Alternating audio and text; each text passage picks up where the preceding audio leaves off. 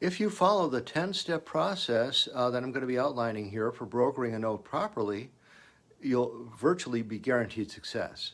Okay, smart brokers soon discover their learning curves are greatly reduced and success rates are greatly accelerated if they are working with some form of mentorship. Now, ideally, you're brokering your notes to an institutional investor who will walk you through the entire process in exchange for your qualified referrals. Okay, so let's go into step number one. You, the broker, that is, finds a note seller using any number of marketing methods. Now, if you haven't seen my previous video entitled, What are the Skills a Note Broker Must Have? I recommend you watch that video now as I discuss the marketing end of things from within there. Okay, so step number two. The broker takes the incoming call and asks all the pre-qualifying questions on the note submission form or checklist provided by the funder you're working with. For example, property type, sale price, note amount, a number of payments, payment amount, terms of the note such as interest rate, balloon payment, if any. Okay, so step number three. If, based upon the responses, this looks like a good note, and that means a saleable note to an investor, you're then going to be asking for copies of the mortgage, note, and closing statement. You're asking for copies at this point, not the original documents. That part comes later. Okay, so step number four. You ensure that the present balance owed as indicated on the submission form reflects the last payment made to date on an amortization schedule. Okay, and ensure that the terms and payment amount entered on the form match up with the numbers on the note document. Step number five. Okay, ensure that the note submission form is filled out neatly and completely from A to Z and submit it then to the note buyer. Step number six.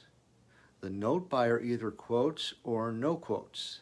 If it's a no quote, you'll learn why. If you get a quote, make sure you verify as to whether it's a retail or wholesale quote.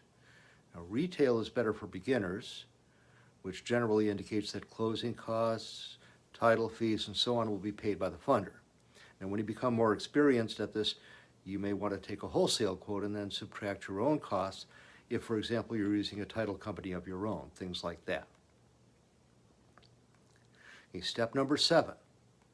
Based on the quote you receive, determine the investor's yield and then decide on your own desired yield, how much you want to make on the transaction.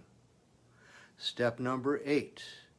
Get a written quote out to the note seller reflecting a bottom line price, that's with your profit already figured in, and follow up by phone to discuss it. Okay, step number nine. The seller either accepts or declines the offer. If declined, follow up once a month for several months. If the note holder ultimately decides to sell a bit later on down the line, well, then you reduce your offer by the number of payments they've received since the original offer.